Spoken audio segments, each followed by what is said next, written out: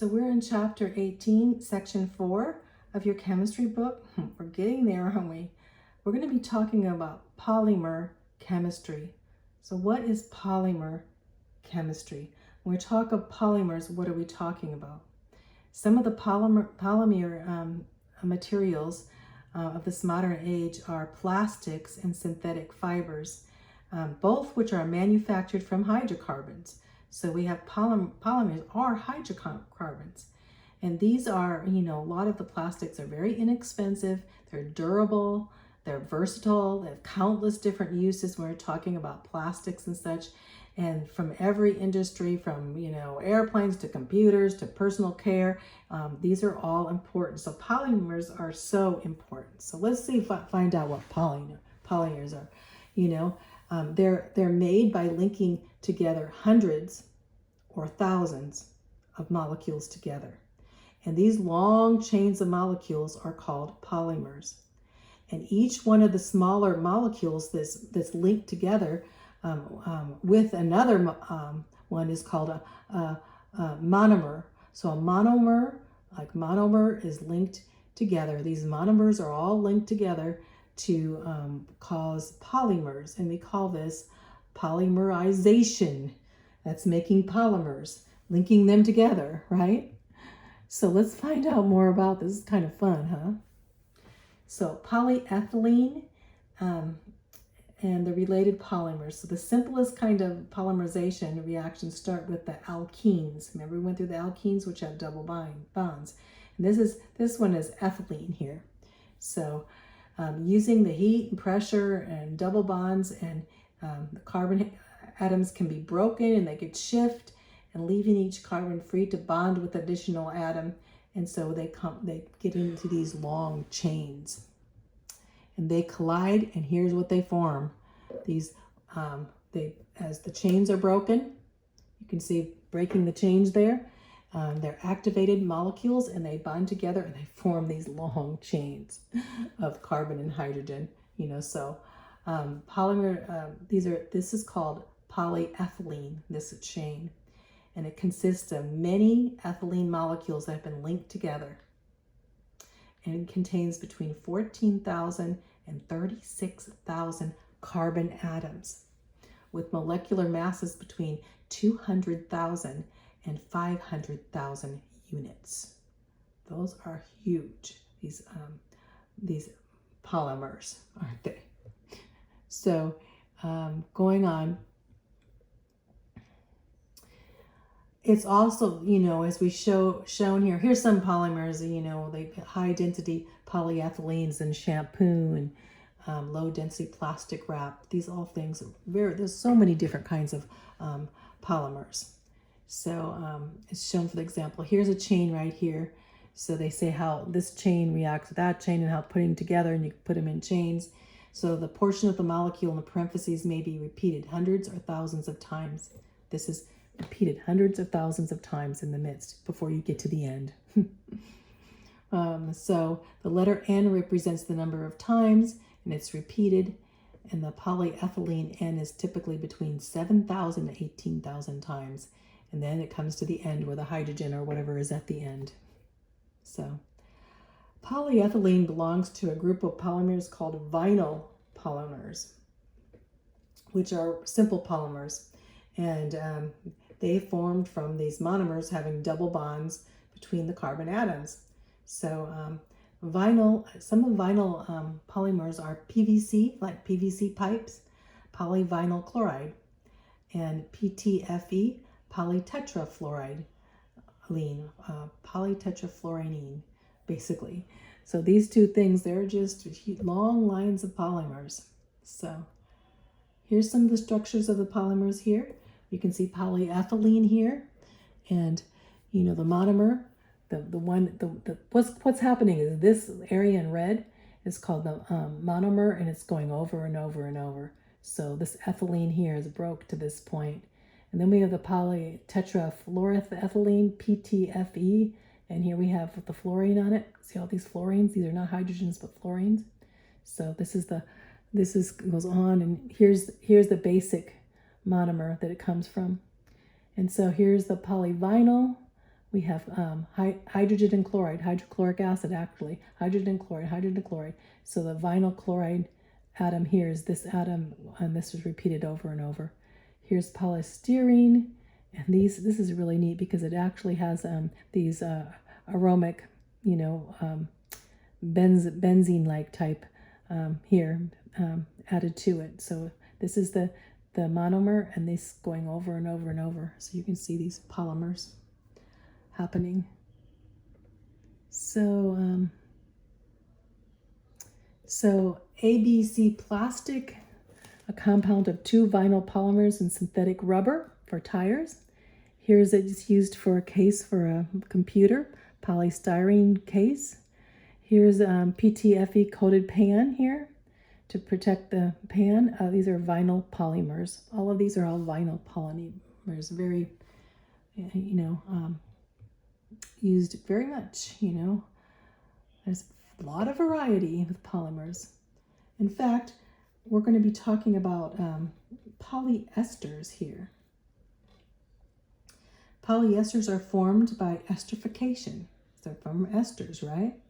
And they repeated these ester groups over and over. Clothing fibers, also for helium balloons and a lot of different things. Polyesters, mainly, when you think of polyesters, what do you think of? You think of clothing, right? But there's a lot of different things other than clothing. Polyesters can be used. The most common polyester is known as PET, polyethylene terephthalate, consists of the monomers of ethylene glycol, which is an alcohol, and terephthalic, whatever. It's a carboxylic acid. But here's a picture of it. So polyesters, see the ester groups. The ester groups are being, basically you can see the ester group. Here's the ester group and here's the ester group in the midst of this. So each monomer alternates in this chain. And so we have these chains going on. And some of these plastics, especially this kind here, that can be fashioned into color fibers, thin films, or large molded items. So you can use it for basically lots of uses. So polyesters. Soda bottles are a big one for polyesters too, besides clothing. It's kind of weird. And polyamides. Polyamides are nylons. So synthetic polymers contain the amide function are known as polyamides. They were introduced in 1940s under the name of nylon. So polyamides are used in clothing, hosiery, tents, parachutes, even fishing lines and such use nylons. So common nylon is nylon 6,6 because it forms 6 carbons. See how we have the 6 carbons is formed with 2 different monomers, polyesters over and over. And they form this long chain. Polyamides may be formed by reacting an amine monitor with a carboxyl acid. You can see here, these are long, complicated polymers, but you see they have a whole group here that's repeated over and over and over and over.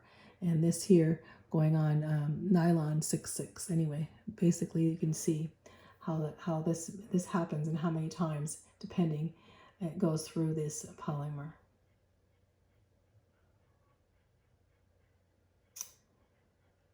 Although most polyamides consist of straight or branched chains, a few contain the aromatic rings. Remember the aromatic rings? Those are a little different there, so few of them have those. And these are very aromatic polyamides. They're called aramids. And they are stronger than nylon. And so they're 5 times as strong as steel by weight. And they're used in aircraft, bullet-resistant vests, tires, and high-strength cables. Aramids are also high resistant to heat and fire, making them useful for fire-resistant clothing. So these are here. Here we have polyesters up here, I talked about. Down here we have these aramids, polyamides that are aromatic, which are called aramids. So race car driver wearing an aramid fire suit, nylon, seat belts there. Here's a racing yacht with aramid sails and cables, nylon sporting gear here, but here we have, these are all types. Aramid is a type of nylon, the stronger type of nylon with the aromatic rings. Here we have a soldier with a aramid helmet and a bulletproof vest made of this type of nylon that's called aramid nylon. And these are all polymers, long lines. Sometimes, sometimes can be up to 1,000 of them, right? So other common polymers, there's a lot of different kinds. And these transparent, nearly unbreakable polymer known as polycarbonate. And it's repeated over and over and is used lightly to make shatterproof windows and eyeglasses and sterilized baby bottles. And so here we have polycarbonate. Another type of versatile polyurethanes. Polyurethanes made for skate wheels, polyurethane skate wheels, furniture padding, elastic clothing.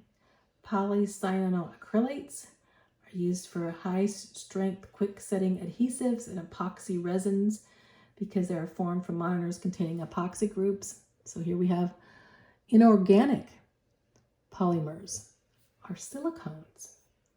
So here we have silicones that repeat over and over.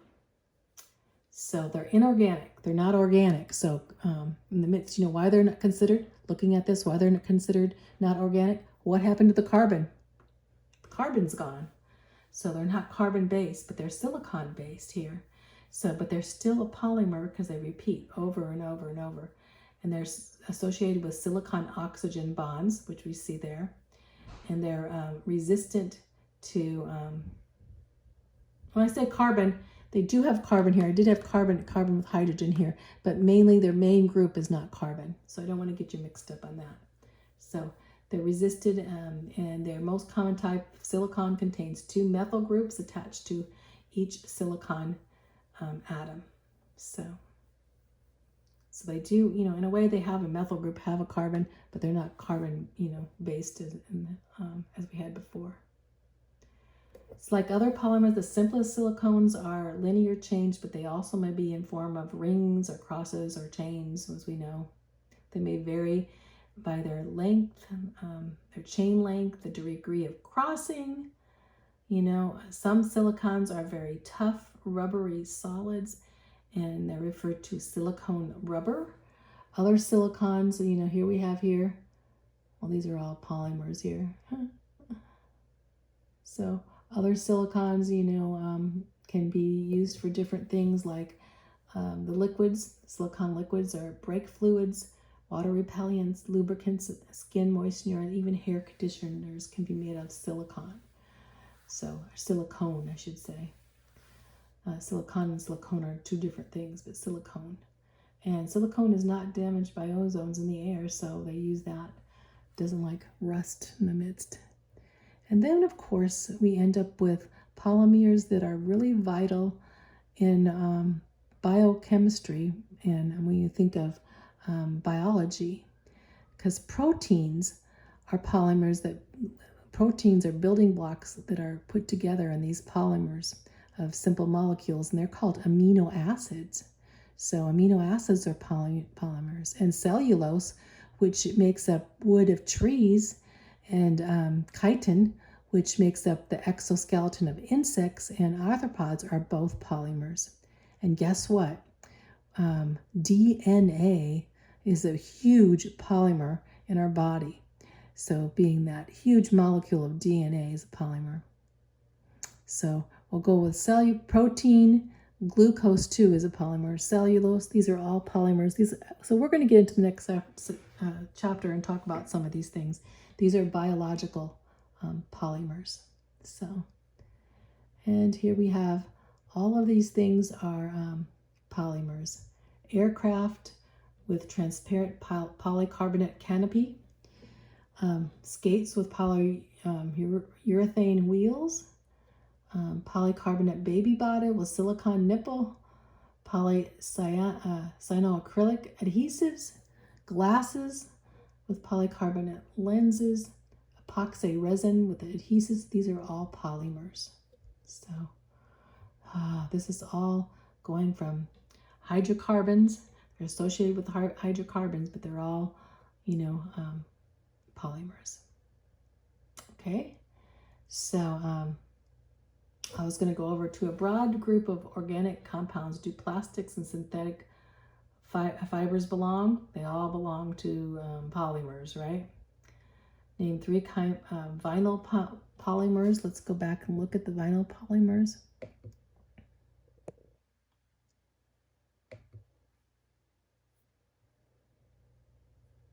Right here, vinyl polymers.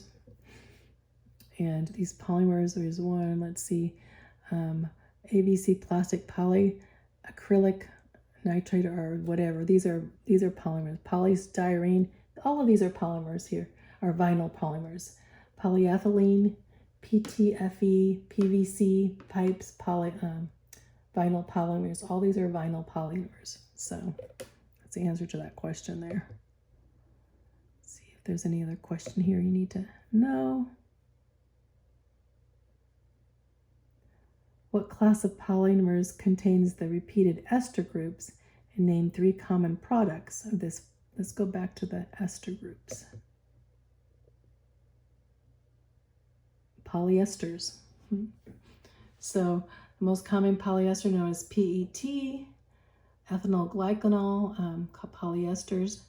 So we can make polyesters used for products like soda bottles, clothing, right? Helium balloons, those things are polyesters.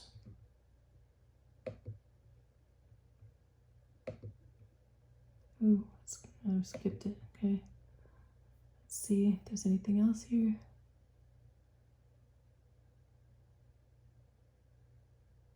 What term refers to aromatic polyamide polymers? So let's look back and find that. Remember, aromatic are the ones that are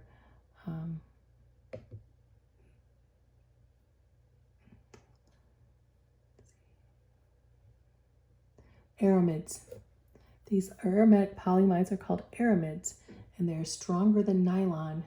They're bullet resistant and all. And so we have all the aramids here in the midst of the soldier with the aramid helmet here, And when you talk about bullet resistant vests and high strength cables, all these things, fire resistant are aramids.